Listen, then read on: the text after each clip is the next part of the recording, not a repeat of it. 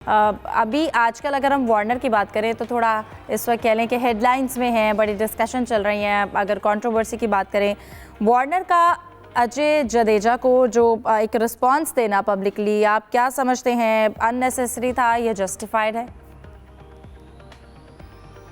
देखिए, वार्नर की एक वीडियो कल वायरल हुई थी मैच के बाद, जिसमें जो उनके टीम के डायरेक्टर हैं हैदर अजहर, वो आ रहे हैं और मोइन अली हैं और वार्नर हैं।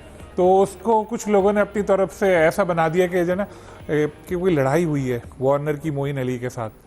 तो खैर इस पे चलता रहा। आपको तो पता है सोशल मीडिया पे तो कुछ भी आ जाता है, छोटी छोटी क्लिप्स बना के डालते हैं। बिल्कुल। तो इवन वार्नर ने खुद उसका हंसकर जो है वो रिप्लाई दिया कि मैंने कह रहा था पहले आप चले हाथ मिलाएं।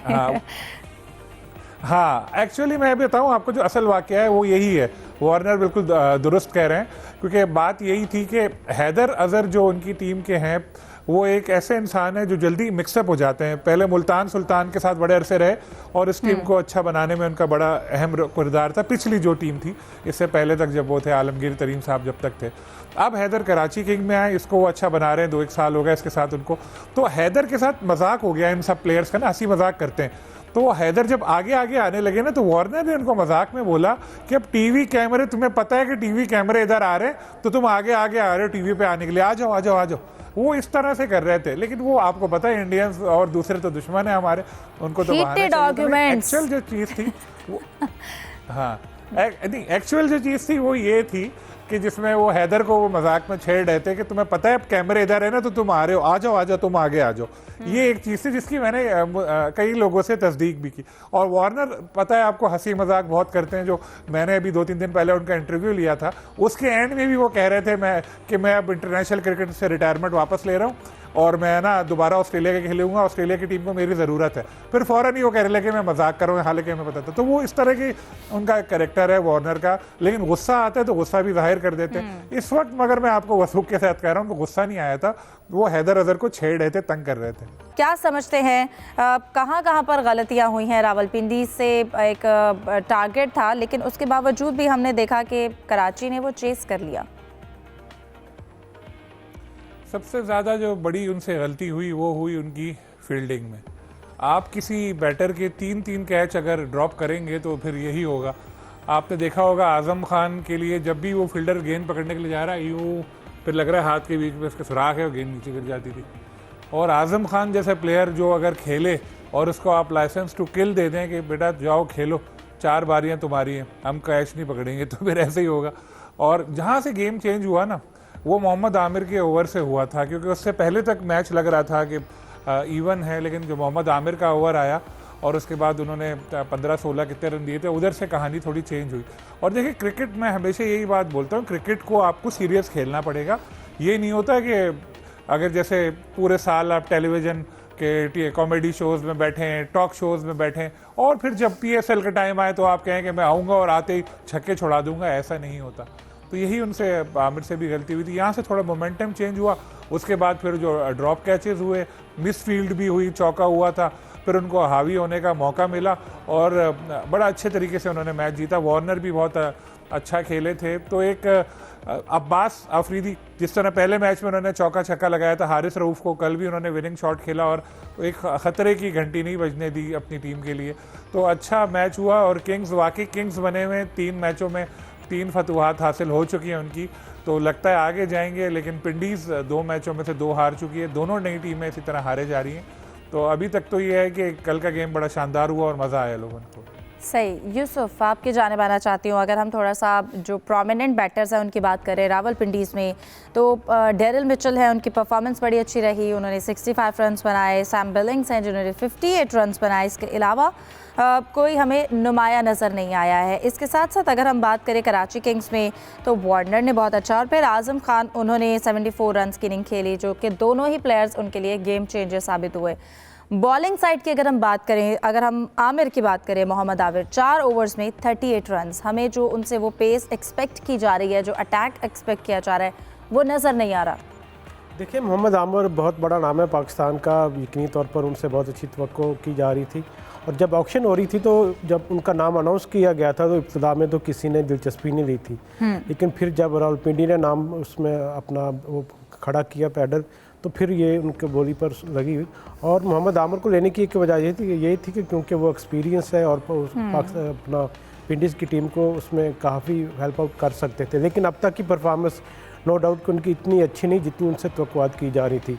और आमिर के साथ नसीम शाह यकीनी तौर पर विंडीज़ के बहुत प्रीमियर फास्ट बॉलर हैं, उनसे बहुत ज़्यादा तवक्कुआत थी, लेकिन उन्होंने भी ज़्यादा मायूस किया और दौरान मैच ही वो इंजरी का शिकार भी हो गए। कमर की तकलीफ़ का अभी तक उनकी जो हतमी रिपोर्ट है, स्कैन रिपोर्ट, वो नहीं आई, जिसके बाद अंदाज़ा होगा कि क्या वो अगले मैचेस में दस्तयाब होंगे या नहीं होंगे। यकीनी तौर पर बाकी चीज़ों के साथ साथ कप्तानी के कुछ इश्यूज़ थे, लेकिन सबसे बड़ा जो इसमें फैक्टर रहा मेरे ख्याल में, एक तो ड्यू पड़ रही थी सेकंड इनिंग्स में, उससे एडवांटेज मिला, और दूसरा फिर ये कि उनकी जो टीम है उन्होंने गलतियाँ बहुत ज़्यादा की फील्डिंग के दौरान, कैचेस ड्रॉप किए। T20 में तो एक कैच जो ड्रॉप होना वो मैच का पूरा नक्शा पलट देता है, यहाँ तो 2-2 3-3 कैचेस ड्रॉप होते रहे और लगता था कि मुकाबला हो रहा है कैचेस ड्रॉप करने का, जिसका फ़ायदा उठाया आज़म खान ने भी और मेरे ख्याल में डेविड वार्नर ने बहुत अच्छी इनिंग्स खेली। उन्होंने जिस तरह टीम को चलाया, उन्होंने पूरी इनिंग्स को बिल्डअप किया, मेरे ख्याल में वो एक मिसाली उसको परफॉर्मेंस कहा जा सकता है। यहाँ पर जिक्र करना चाहूँगा अब्बास अफरीदी का, जिन्होंने पिछले मैच में भी 2 लगातार गेंदों पर 10 रन स्कोर किए, चौका और छक्का लगाया। कल के मैच में भी उन्होंने एक आती पहली बॉल पर छक्का लगाकर मैच को ख़त्म कर दिया। तो जिस तरह साइम अयूब को मौके मिल रहे हैं पाकिस्तान टीम की जानिब से, मेरे ख्याल में अब्बास अफरीदी पाकिस्तान के ऐसे नौजवान हैं जिनको अगर मुसलसल परफॉर्मेंस के साथ साथ मौके दिए जाए, एतमाद दिया जाए, तो इंडिया की जिस तरह हार्दिक पांड्या हैं बिल्कुल उसी तरह पाकिस्तान के लिए वो परफॉर्मेंस दे सकते हैं। असल बात है कि एतमाद और मौके देने की, यकीनी तौर पर ये जो पाकिस्तान सुपर लीग हो, ये सेलेक्टर भी इस पर निगाह रखी होंगे और जितने भी यंगस्टर हैं तो उनको यकीनी तौर पर परफॉर्म करने का मौका मिल रहा है, जिससे यकीन किया उम्मीद की जा सकती है कि आने वाला जो सीज़न होगा इसमें हमारे जो यंगस्टर PSL के इनको ज़्यादा अपना एक्शन में दिखाई देंगे। सही। मुफाज, आपकी जानिब आती हूँ। हमने ये दूसरा मैच देखा जिसमें तकरीबन एक अच्छा टोटल था, लेकिन फिर भी उसको डिफेंड ना कर पाना ये बॉलर्स के लिए कितनी बड़ा फेलियर है, बिकॉज 198 रन्स का टारगेट सेट किया जो कि एक मुश्किल टारगेट है, लेकिन फिर भी टीम हार गई। कैप्टनसी की हम बात करें तो क्या कैप्टनसी में हमें डिफेंसिव नज़र आई, फिर इसके साथ साथ जैसे उन्होंने बात की, फिर अगर हमें वार्नर और आज़म की हमें एक पार्टनरशिप नज़र आई, बट उसके लिए प्लान B नज़र नहीं आया कि उनका जो रिदम है उसको किस तरह से हम ब्रेक कर सकते हैं। देखिए इफ्जा, ओवरऑल कल अच्छा मैच था। जिस अंदाज से रावलपिंडीज़ कल बैटिंग स्टार्ट करी उन्होंने, अगर मोहम्मद रिजवान की हम बात करें 21 रन बनाए, थोड़ी बहुत उन्होंने इंटेंट ज़रूर दिखाई, लेकिन जब से सेंट्रल कॉन्ट्रैक्ट पे साइन करने से इनकार किया उन्होंने, तब से हिसाबी तौर पर वो कहीं ना कहीं प्रेशराइज ज़रूर है। उनकी कोशिशें ये हैं कि चले मैं रन्स करके T20 क्रिकेट में वापस आऊँ, लेकिन अब दरवाजे उनके लिए बंद नज़र आ रहे हैं, क्योंकि आपको पता है वर्ल्ड कप के स्क्वाड में भी उन्हें शामिल नहीं किया गया।